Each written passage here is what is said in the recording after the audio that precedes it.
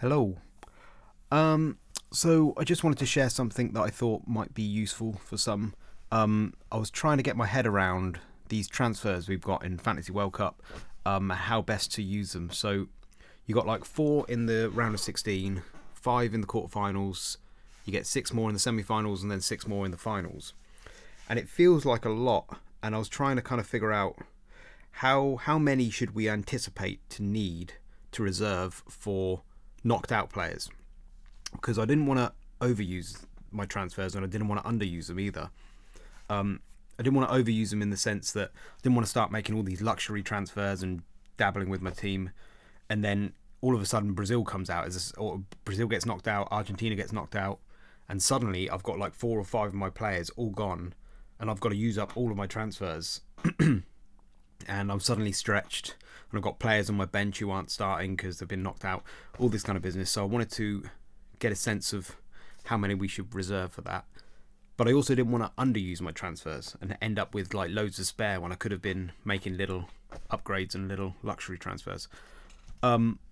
So I've made a calculator because I'm a geek and I wanted to get a sense of this.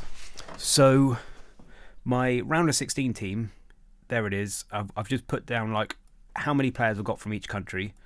Free from France, free from Argentina, free from Brazil, and then I've put their odds of progression, and I've got their odds of progression from 538, which seems to be pretty good. Obviously, some of these have updated now. France are through, so they're 100%. USA are out, so they're 0%. But Brazil, for example, 82% chance of progressing. I've got three Brazilians, so that means there's an 18% chance that they get knocked out. 18 times by 3 is 554, so it's 54% of a slot I need to reserve for Argentinians. Each one of them I need to reserve 18% of a slot for, and I've got three of them. Pulisic is out, so I need to reserve 100% of a slot, one whole slot. And Ziyech has 27% chance of progression, so I need to reserve 73% of a slot for him. And you just add it all up. Originally, before it began, it was like 3 or 4 slots. Now, as teams are progressing, the odds are getting better, so I only need to reserve about 2 or 3 now.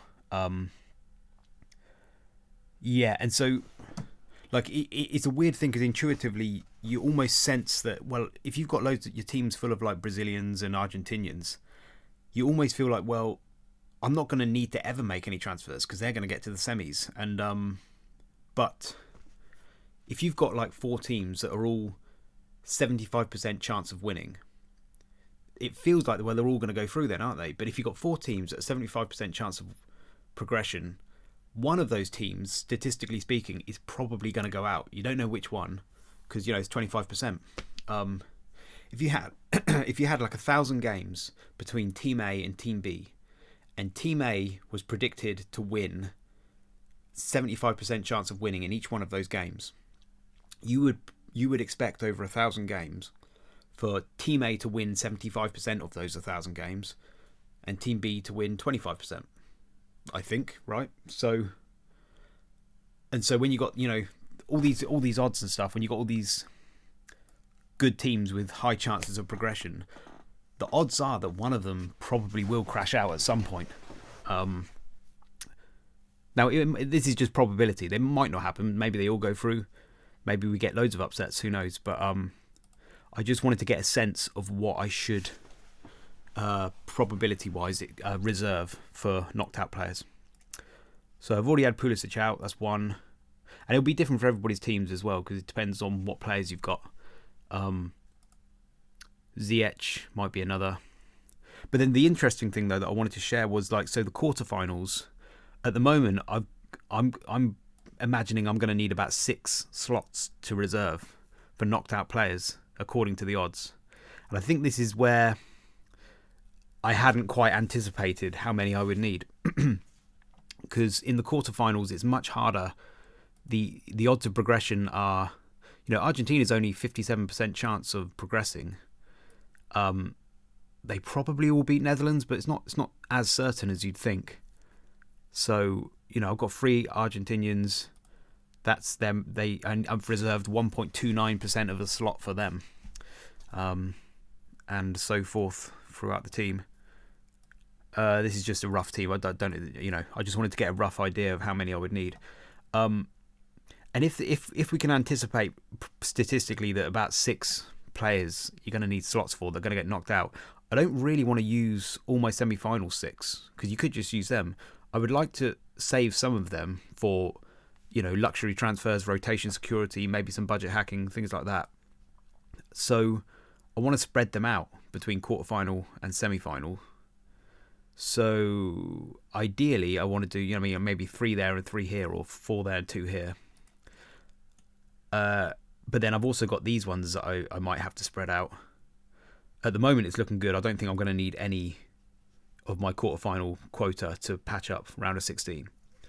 But anyway, I just wanted to get a sense of it. And I've also already booked in some transfers. Like quarterfinals, I want to do Giroud to Neymar. So that's one of them booked in. And then I got my little budget hacks this week. Pulisic down to Sabiri, which I'm going to talk about in a minute. And then Costa up to Alisson. So they're booked in. And then I'm going to want to do Sabiri back up next week. These people who get knocked out here, they can be my budget hacks for next week. They can be downgrades. The ones who get knocked out can go downgrade, but then I'll have to use some of these to upgrade them back up again. And then the final is almost just pure luxury transfers by that point. If you've managed to get through to the semi-final in good shape, all the same 4 teams are going to be playing in the final and the third place playoff anyway, so they're just going to be luxury transfers, budget hacks, and whatever at that point. So that's the sense of that. I just wanted to say something about Sabiri as well. Originally, I was going to go down to De Paul because I thought, well, it's better to have a player who I'm actually going to be willing to play in the next round. But then I thought, all I'm going to be doing in the quarterfinals is looking to upgrade De Paul. I'm not going to really want to keep him as my cheap player. I'm going to want to maximise it. So I figured I may as well just go to some cheap random and then upgrade them because I get more money that way. And what I was going to do, my master plan was, well, it's not really that master, but I was going to go to an Australian 4 million because they're knocked out. And players who are knocked out get this did not play DMP written there. And they're treated as unlocked players. And so you can have the whole of the quarterfinals, all 4 of the quarterfinal games, they will just remain as an unlocked player for all 4 of them. So there's no rush for you to upgrade them. So I could wait right until the last game and see which of my players had been knocked out from the first 3 games, and then upgrade my cheap Aussie because I've got plenty of time to make downgrades from my knocked out players. But annoyingly, the game has got rid of all the Australian players. They're getting rid of them. So the next best thing is to get a 4 million Moroccan midfielder. Korea's got some 4.5 mils, but cheapest is Morocco, and they're 4 million. And they are second most likely to be knocked out, and they play in this third fixture here. So it's quite kind of, I've got these 2 fixtures to come in the quarterfinals that will come before that game. Little bit more time to see who's going to be knocked out before I upgrade him. I'm hoping Morocco are going to get knocked out because then he'll be a truly unlocked player. He'll be a did not play player. He'll just remain unlocked for the whole quarterfinals, assuming that there's no extra bugs in the game, because you never know with the game. It's a bit of a risk, but there could be a bug. But at the moment, that's the way it seems to work. Yeah, and then I can just upgrade him when I want towards the end. So yeah, at the moment I'm just going to go to Sabiri. That's the plan, and then try and upgrade him again next in the quarterfinals. Yeah, and we're not sure yet whether we can roll transfers, or I'm not sure yet whether we can roll transfers. In the rules, it says in the group stage you can roll a transfer, and then it also specifically states that in match day 3 you can't roll transfers to the round of 16 because of the unlimited at the start of round of 16. but it doesn't say anything about the knockout phases. So it's a bit kind of 50-50. I don't know whether we can or not. I was kind of assuming we wouldn't, but it wouldn't surprise me if we can. So I may end up with one spare, and I'll just see if I can roll it over anyway. I might just do that. But we won't know until the quarters. Was that all I was going to say? I think it is.